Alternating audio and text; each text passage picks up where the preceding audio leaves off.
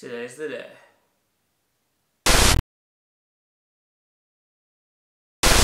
What's up, internet? If you follow me on Instagram, you know that I am not particularly excited about this GI appointment today. Actually, I never am excited about any doctor's appointment, but this specific appointment I am extra not excited for. My ostomy journey is far from over.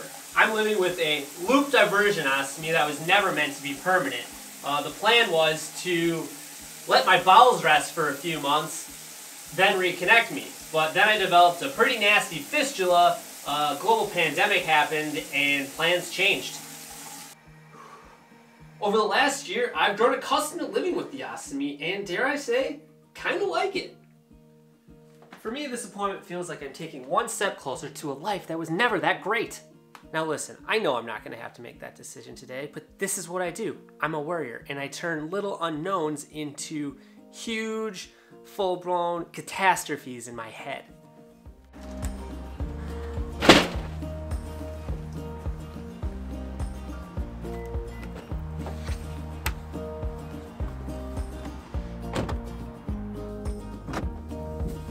And we're off.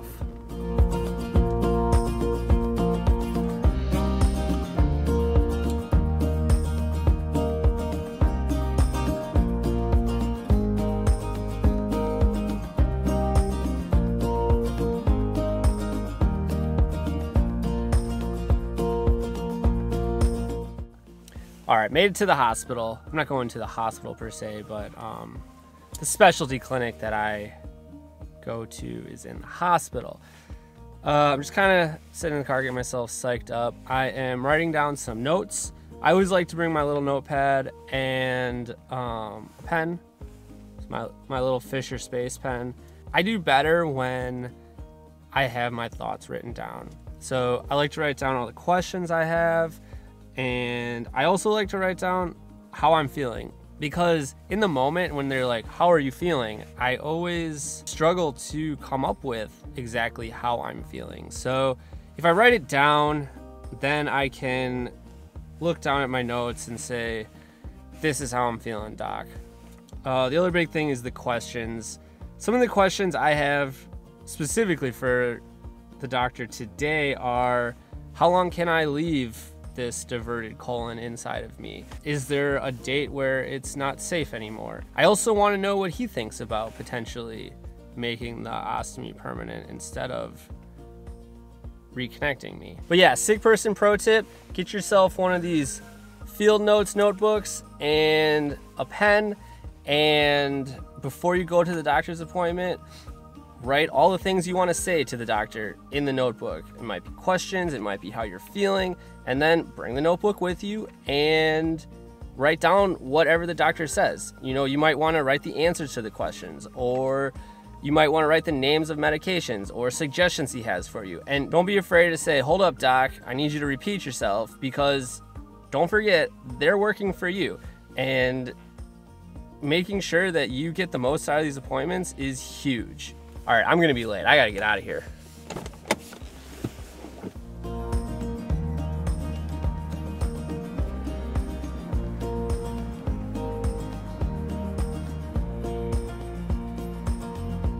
All right, this is where I leave you.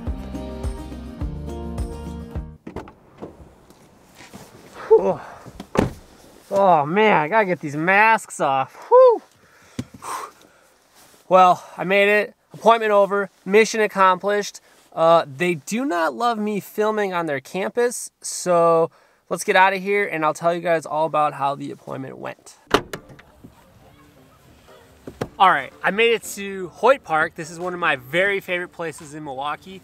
They've got some really awesome trails down by the river. Let's go for a walk.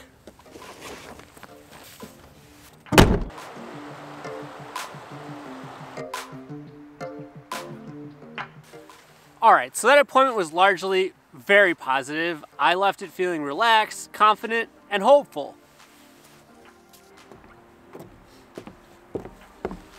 The doctor's big concern is the fistula. He took a look at it, which was obviously my favorite part of the whole appointment, and he said that it looks healed and healthy, but it's still open. So he wants me to go see a surgeon, see if the surgeon would be willing to surgically close the fistula. That would get rid of some of the drainage.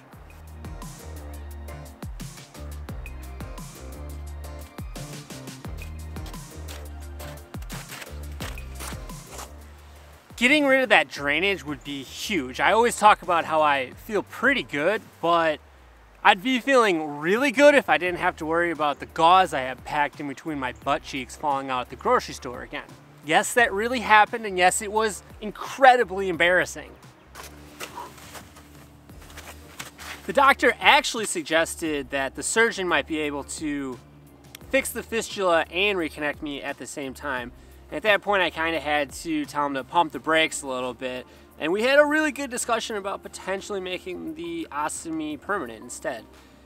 He seemed to think that my best course of action was to have the reconnection, but he did concede that he's not in my body and that I do know my body best, and his biggest thing was my quality of life. It seems like he genuinely wanted me to have the best quality of life, and we left things in a positive place. He told me to keep thinking about it. I don't have to make the decision right now, so that's where we left it. So that means I have a decision to make, but I don't have to make that decision right now. The plan going forward is to meet with the surgeon next week, then in 4 months meet with the GI doctor again. So at the very least, I bought myself 4 more months. All right, I gotta get out of these woods. Thanks for watching. If you thought this was an awesome video, please hit the thumbs up button. And as always, please subscribe and hit the bell button. That way you'll be notified when I make new videos. I'll catch you guys in the next one. Wait, I forgot to tell you guys, my burning question of how long can a colon stay in your body unused? Pretty much forever, he said. They would just like to periodically check it because you can get cancer in the unused colon, but you can get cancer in any colon, he explained to me. So really, like, it's not a big deal. It's not a big deal. It's nothing to worry about. And it's also really great news because that means that I can potentially stall forever if I want. But yeah.